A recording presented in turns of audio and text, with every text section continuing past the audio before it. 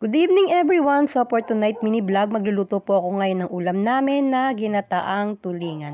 So as you can see, meron na tayo dito 5 piraso ng isda ng ginataan na tulingan. At nandito na rin po yung ating mga sangkap na sibuyas, bawang, luya at syempre may kamatis tayo dyan. So nilagay ko na lang siya sa isang lalagyan para isang lagay na lang siya. At the same time, meron din po tayo dito fresh coconut milk. So piniga ko po ito ng manual at meron din tayo itong pechay na nagkakahalaga ng 10 pesos na as you can see, fresh pa rin po yung ating nabiling pechay. At meron din tayo itong magic sarap na para sa seasoning natin or pampalasa.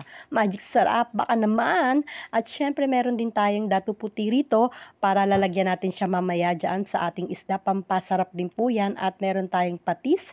Syempre hindi pwede mawala yan. Asiran pampalasa yan. At meron din tayo itong bechin. So tara, samahan nyo ako na lutuin ng ating ginataang tulingan for tonight video. So ayan, ito po ang ating isda at ilalagay na po natin siya sa kaserola at lalagyan po natin siya ng kalahating basong tubig para mas maluto po yung ating isda. Ayan.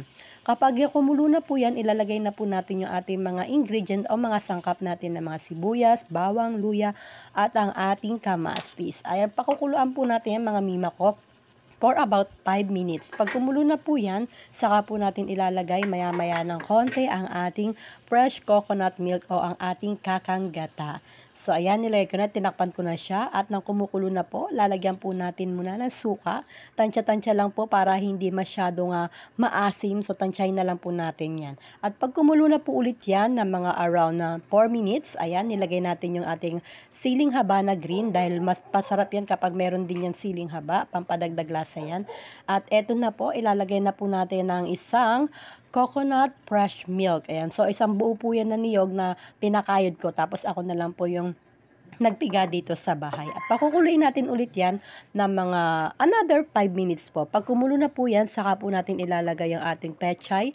Ang pinakahuli natin na gulay ilalagay dyan siya para hindi siya masyadong malasog yan. Pag kumulo na po yan, mga another I think 3 minutes, ayan, ready na yan at pwede na natin yan ulamin dahil simple lang naman tong ating ginataang tulingan. So ayan, medyo pinlat ko lang yung ating mga gulay para ma-absorb niya yung tubig or maluto na talaga siya dun sa gata. At tatakpan natin at maya-maya ay luto na po to at titikman na po natin ng ating ginataang tulingan for tonight.